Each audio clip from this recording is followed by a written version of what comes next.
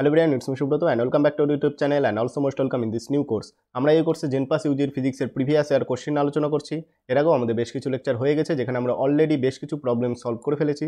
তোমরা যারা চ্যানেলে নতুন তাদের বলবো তোমরা প্রিভিয়াস লেকচারগুলো খুব তাড়াতাড়ি সম্ভব কভার করার চেষ্টা করো, কারণ তোমাদের এক্সামে প্রিভিয়াস ইয়ার কোশ্চেন থেকে ম্যাক্সিমাম কোশ্চেন ফলো হয়। এছাড়াও তোমরা আমাদের টেলিগ্রাম চ্যানেলেও জয়েন হতে পারো, যেখানে আমরা টপিক ওয়াইজ টেস্ট সিরিজ এবং অ্যাসাইনমেন্ট প্রোভাইড করে থাকবো। এছাড়াও তোমরা আমাদের ফেসবুক এবং ইনস্টাগ্রামও ফলো করতে পারো, লিঙ্ক তোমরা ডিসক্রিপশনে পেয়ে যাবে। তো একদম সময় নষ্ট না করে চলো শুরু করা যাক।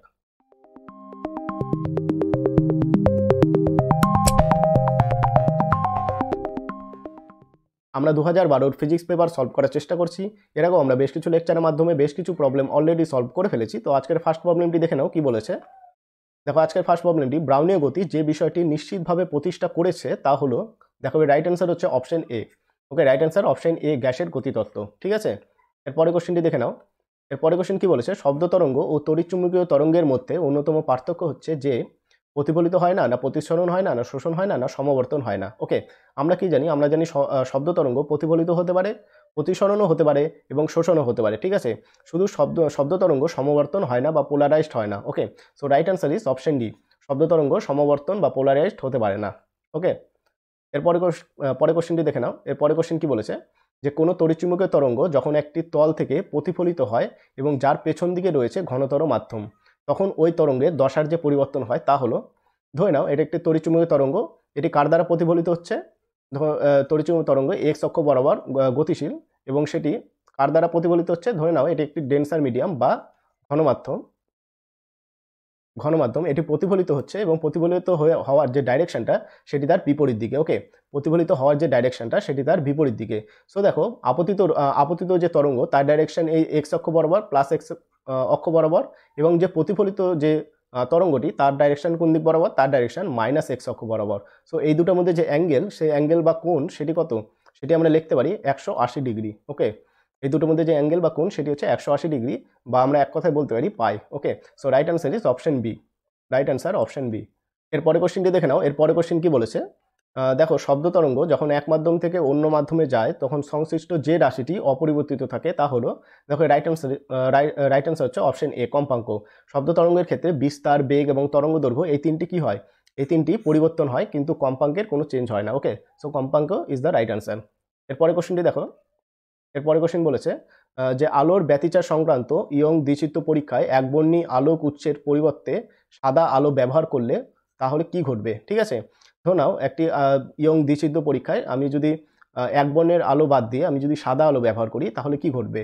সমস্ত উজ্জ্বল পটিকে সাদা দেখাবে, না পটির বিন্যাস অপরিবর্তিত থাকবে, না কেবলমাত্র কেন্দ্রীয় পটি সাদা দেখাবে, বাকি সব উজ্জ্বল পটি রঙিন দেখাবে, বা কোনো পটি দেখা যাবে না? ওকে, সো এর রাইট অ্যান্সার হচ্ছে অপশন সি, কেবলমাত্র কেন্দ্রীয় পটি সাদা দেখাবে এবং বাকি সব উজ্জ্বল পটি রঙিন দেখাবে। ওকে, বাকি সব উজ্জ্বল পটি রঙিন দেখাবে। So right answer is option C.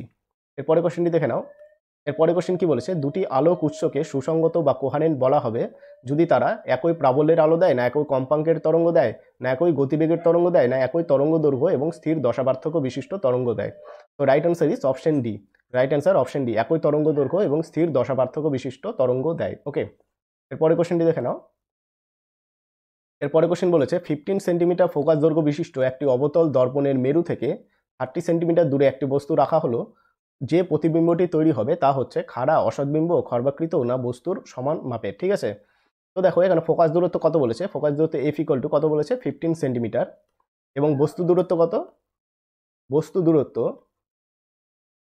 Equal to 30 centimetre. Okay, so এটাকে আমরা লিখতে পারি 15 ইন্টু 2 সেন্টিমিটার। ওকে, সো 15 মানে কি? 15 মানে ফোকাস দূরত্ব এফ, তো 2f সেন্টিমিটার। ওকে, তো বস্তু দূরত্ব কত? বস্তু দূরত্ব 2f সেন্টিমিটার, এবং আমরা জানি কি? আমরা জানি বস্তু দূরত্ব যদি 2f সেন্টিমিটার হয়, দেখো তোমরা এই চারটি মনে রাখতে পারো, এই চারটা মনে রাখতে পারো। দেখো বস্তু দূরত্ব যদি 2f সেন্টিমিটার বা 2f দূরত্বে হয়, তাহলে তার প্রতিবিম্বের আকৃতি কী হবে? সৎ, অসৎ, অবশিষ্ট এবং বস্তুর সমান আকারের। ঠিক আছে, বস্তুর সমান আকারে। সো তোমাদের right answer is option D, বস্তুর সমান মাপের বা বস্তুর সমান আকারের। ওকে, তো এরপরে কোশ্চেনটি দেখো। এরপরে কোশ্চেন কি বলেছে, কোনো ট্রানজিস্টারে যে অংশে সবচেয়ে কম ডোপিং করা হয় সেটি হলো, দেখো রাইট অ্যান্সার হচ্ছে অপশন ডি, অপশন ডি বা বেস। ঠিক আছে, ভূমি বা বেস। ঠিক আছে, এই ভূমি বা বেসই সবচেয়ে কম ডোপিং করা হয়। এরপরে কোশ্চেনটি দেখো। এরপরে কোশ্চেনটি বলেছে 125 সংখ্যাটিকে বাইনারি বা দিক পদ্ধতিতে লিখলে তা কি হবে। ঠিক আছে, দেখো option A B C D এই চারটিকে আমরা আলাদা আলাদাভাবে যদি আমি চেক করে নিই, দেখো অপশন এ যদি চেক করি, অপশন এ কি বলেছে, 1, কটা 1 আছে, 1 2 3 4 5 6 7, ঠিক আছে, 1 1 1 1 7, ঠিক আছে। দেখো আমরা যেই পদ্ধতিতে করব সেটি হচ্ছে, দেখো আমি রাইট সাইড থেকে আমি কি লিখলাম, 1 2 4 8 16 32 অ্যান্ড 64। ওকে, সো এই টোটাল নাম্বারগুলো আমি যদি যোগ করে দিই, ঠিক আছে, দেখো যেখানে টোটাল নাম্বারগুলো আমি যদি যোগ করে দিই তাহলে কত আসবে, তোমরা এটা বাড়িতে বের করবে। এবং অপশন বি দেখো 1 1 1 1 1 0 1, তো এটার নিচেও আমি কি লিখলাম, 1 2 4 8 16 32 অ্যান্ড 64। সো এই টোটাল নাম্বারগুলোকে যদি আমি যোগ করি, দেখো আমি শুধু 1 এর নিচে যে নাম্বারগুলো আছে সেগুলো যোগ করবো, 64 plus 32 plus 16 plus 8 plus 4 plus 1, ঠিক আছে। আমরা এই সংখ্যাটিকে নিলাম না কেন, দেখো আমরা এটাকে নিব না, ঠিক আছে, কারণ এটা জিরোর নিচে আছে, যেগুলো জিরোর নিচে আছে সেটাকে আমরা নিব না, ঠিক আছে। তো এটাকেও তোমরা বাড়িতে ক্যালকুলেট করবে। তো এই করে অপশন তোমরা সি এবং ডিটাকেও ক্যালকুলেট করবে।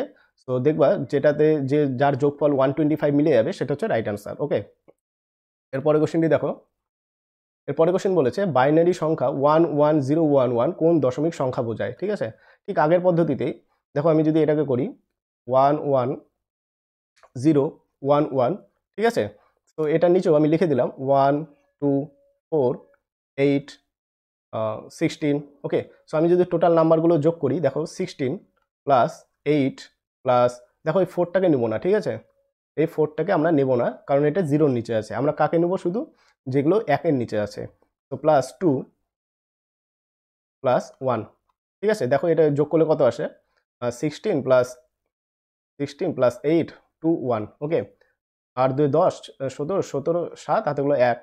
ওকে, 2, তো right answer is 27। Okay, right answer is 27। So এই পদ্ধতিতেই তোমরা এই প্রবলেমটিকেও বাড়িতে চেষ্টা করবে এবং তোমরা অ্যান্সার কমেন্ট করে জানাতে পারো। ওকে, তো আজকের আলোচনা এইটুকুই, আগামীকাল দেখা হবে আরও বেশ কিছু প্রবলেমস নিয়ে। So tata.